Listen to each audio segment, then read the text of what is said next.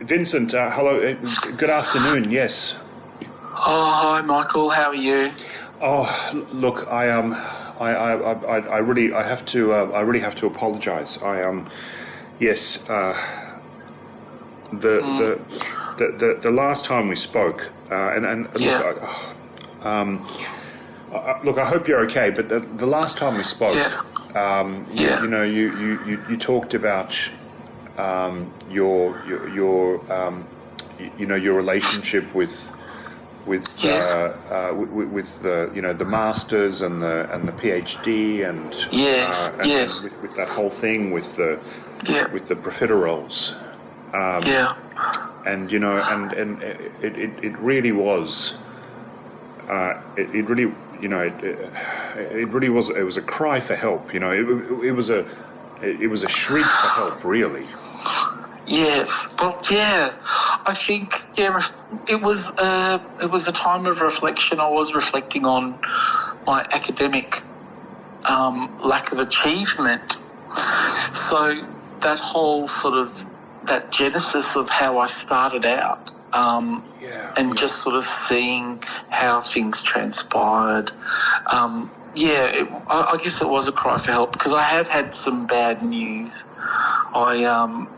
I was asked to do some compliance modules at my institution.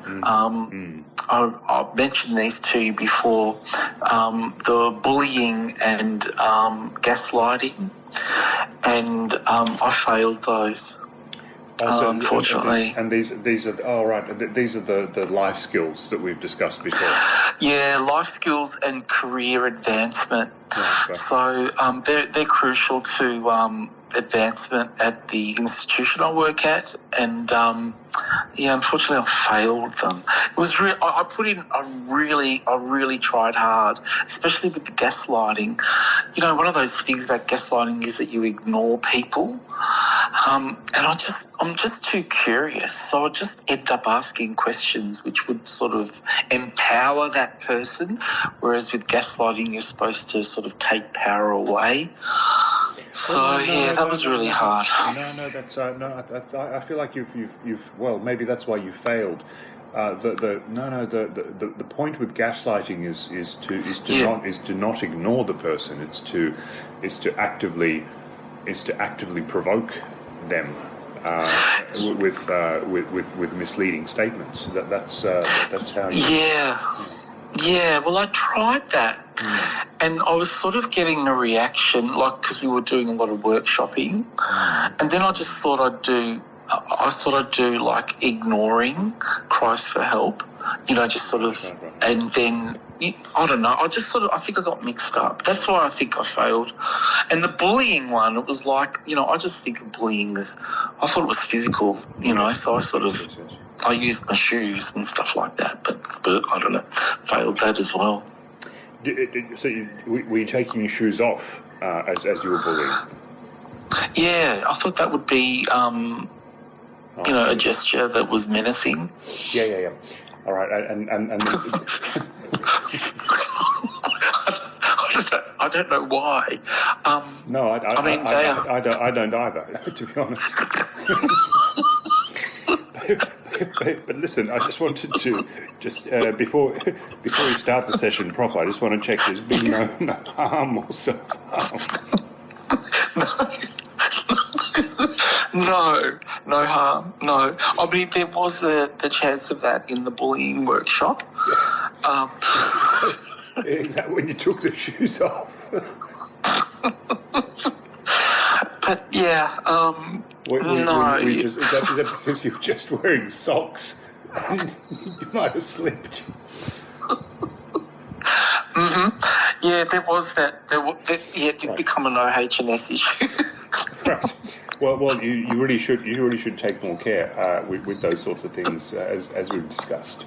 But listen, there was something that I really wanted to talk to you about, which is the thing that's really been bothering me since we spoke last, which is because I talk to I have a therapist myself, and I obviously I take my issues to them, but I pay for my therapist, obviously.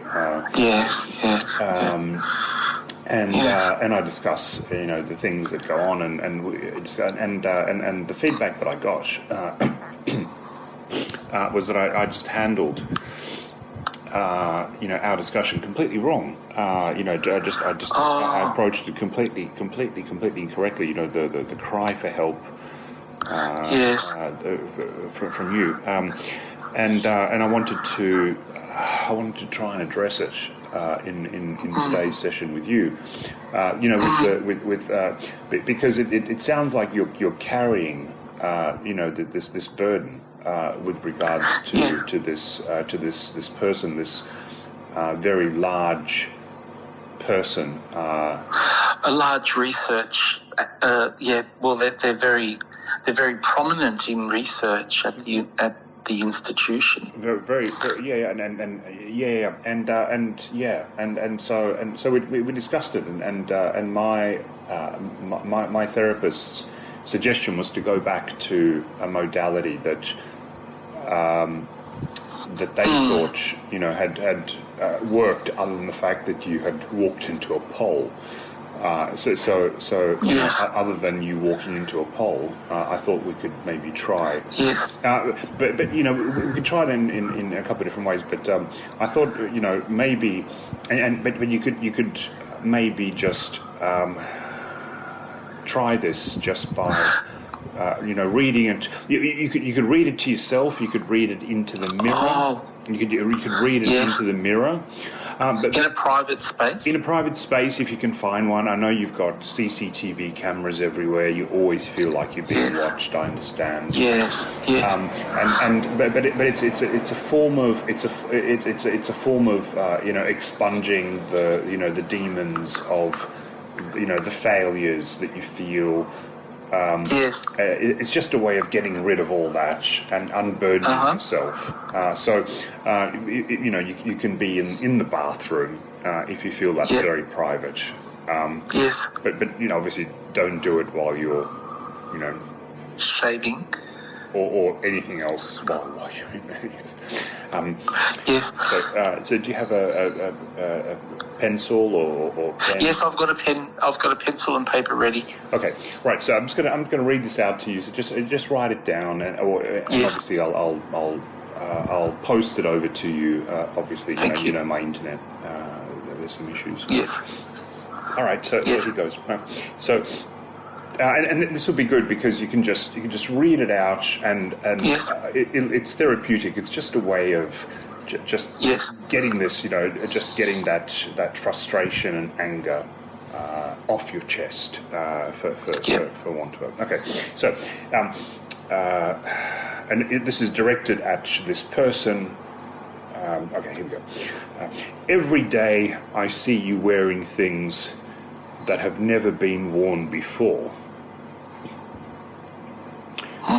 While the children at the government schools send money for the poor.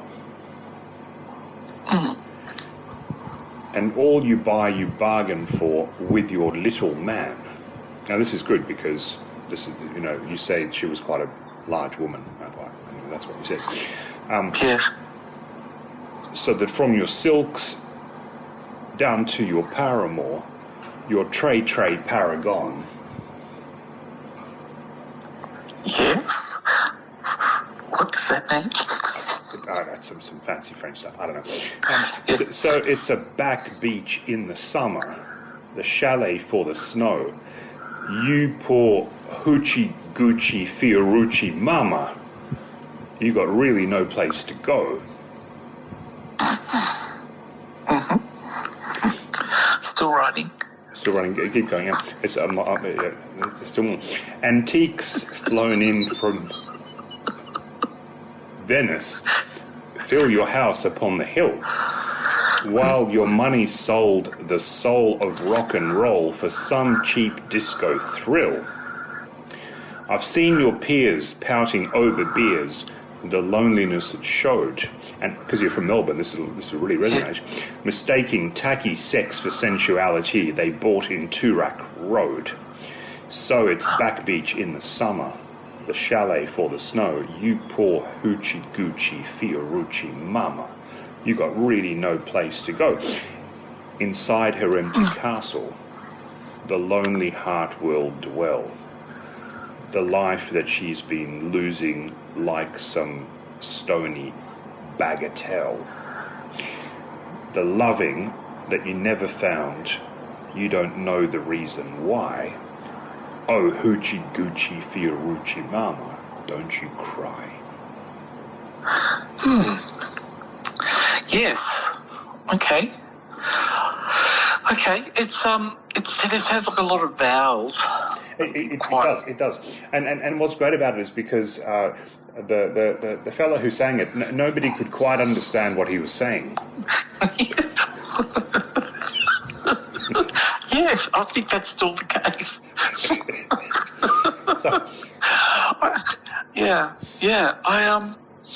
Look, yes, I'll try it. I'll give it a go. I think that kind of modality in therapy is, that sort of reading a testament like that has worked in the past. That's it. Just repeat it to yourself in the mirror, or to your partner.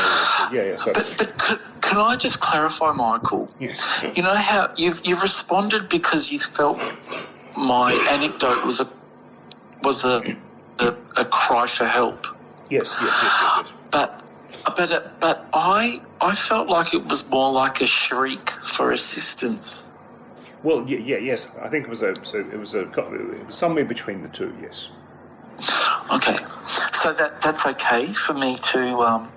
It'll still be valid for me to recite that as words. Absolutely. Yes.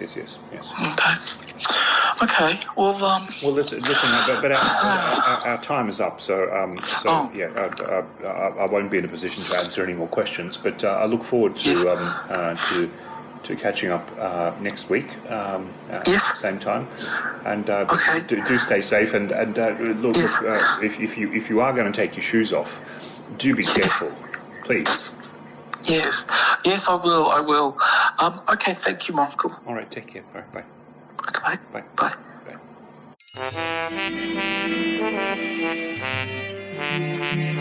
Bye.